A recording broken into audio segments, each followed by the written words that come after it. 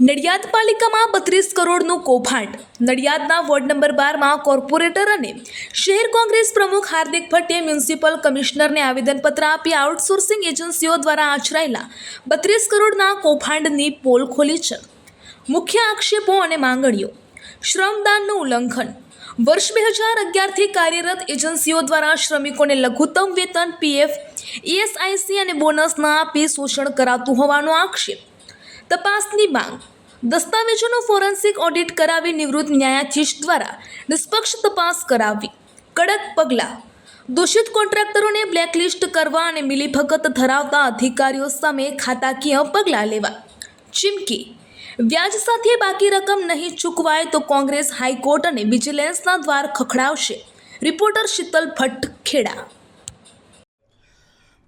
છેલ્લા 1.5 વર્ષથી અમે જે મહાનગરપાલિકાના નડિયાદના કર્મચારીઓ છે કે જેમને વર્ષ 2011થી પીએફ કાપવામાં નથી આવ્યું, લઘુત્તમ વેતન એટલે કે ધારો કે અત્યારે 535 રૂપિયા એક દિવસનો પગાર ચાલે છે અને તે એમને આપવામાં નથી આવતો, બોનસ આપવામાં નથી આવતું અને તેમને જે જરૂરી લાભો મળવા જોઈએ ગુજરાત સરકારના, જે સરકાર તરફથી નડિયાદ નગરપાલિકા અને મહાનગરપાલિકાને મળ્યા છે, તે લાભો આ લોકોને મળ્યા નથી। તેના અનુસંધાનમાં છેલ્લા 1.5 વર્ષથી અમે લડી રહ્યા છે।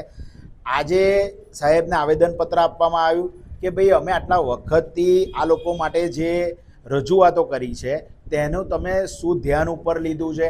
આજ દિવસ સુધી શરમની વાત છે કે અમારા માટે નથી લડતા, અમે એ કર્મચારીઓ માટે લડીએ છીએ કે જે નડિયાદનું કામ કરવા આ મહાનગરપાલિકામાં નોકરી કરે છે, જે રસ્તા સાફ કરે છે, જે ગટરો સાફ કરે છે, એવા કર્મચારીઓના હક માટે અમે લડીએ છીએ।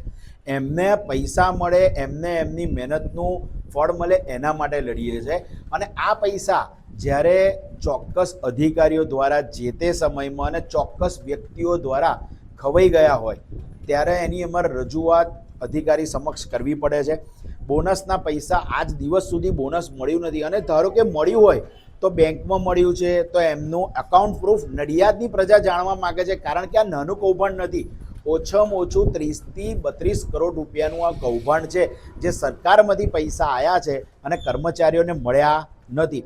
બીજું કે જે લોકો છૂટા થઈ ગયા છે એ લોકોને હજુ સુધી ગ્રેજ્યુટીના પૈસા પણ મળ્યા નથી। આ બધી જ રજૂઆતો કર્મચારીઓએ જ્યારે કરી છે ને ત્યારે આજે અમે એમના માટે આજે રજૂઆતો કરવા આવ્યા છે। આ બધું જ કાગળિયા ઉપર અત્યારની હાલની મહાનગરપાલિકા અને પૂર્વ નગરપાલિકામાં મળી રહે।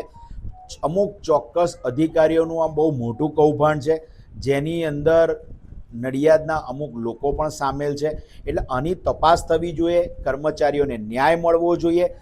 જે એજન્સીને 9 મહિનાથી પેમેન્ટ નથી મળ્યું તો કર્મચારીઓને પેમેન્ટ કઈ રીતના એજન્સીવાળા કરે? તો પેમેન્ટ કેમ નથી આપ્યું તો એમને પણ બોલાવી અને કર્મચારીઓને પેમેન્ટ મળે ને। ધારો કે તમે એજન્સીને પેમેન્ટ ના આપો, એ પણ એ આપણા મહાનગરપાલિકાના કર્મચારીઓ જેમણે નોકરી કરી છે તેમને આપવું જરૂરી છે।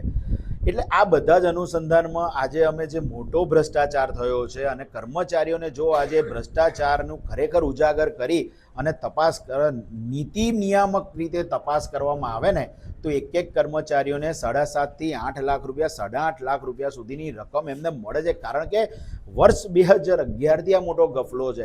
અને જ્યારે માહિતી એક્ટ હેઠળ માહિતી માગવામાં આવી ત્યારે 650 કર્મચારીઓ નડિયાદ મહાનગરપાલિકાના ચોપડા ઉપર કામ કરે છે, છતાં પણ આપણું નડિયાદ આટલું ગંદુ કેમ રહે છે?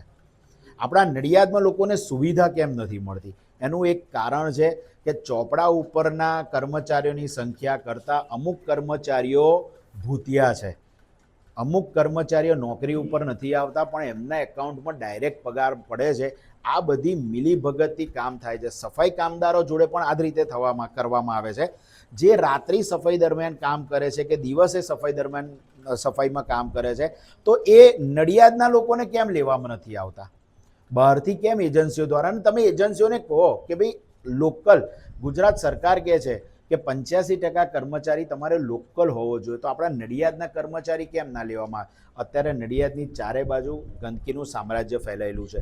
ચારે જે 10 ગામડા આવ્યા છે, જે રીતના એમને આવરવામાં આવ્યા હતા તે રીતના કામ નથી, તો આ બધામાં કર્મચારીઓની ઘટ દર્શાઈ રહી છે। એટલે આ એક બહુ મોટું કર્મચારીઓનું કૌભાંડ છે। ખરેખર એની એસઆઈટી દ્વારા કે અહીંયા તપાસ કરવામાં આવે ને તો કરોડો રૂપિયાનું બહાર સત્ય આવી શકે છે. નડિયાદના લોકોના ટેક્સના પૈસા જે ગુજરાત સરકારે નડિયાદમાં આપ્યા છે, બરાબર છે, તે વેડફાઈ રહ્યા છે. અને બીજું કે હું આજે એક કોર્પોરેટર તરીકે અને નડિયાદ શહેર કોંગ્રેસ પ્રમુખ તરીકે આ મારી કોઈ અંગત રજૂઆત નથી, પરંતુ એ 650-700 કર્મચારીઓ જે કામ કરે છે ને તેમની રજૂઆત કરવા આવ્યા છે. જય મહારાજ.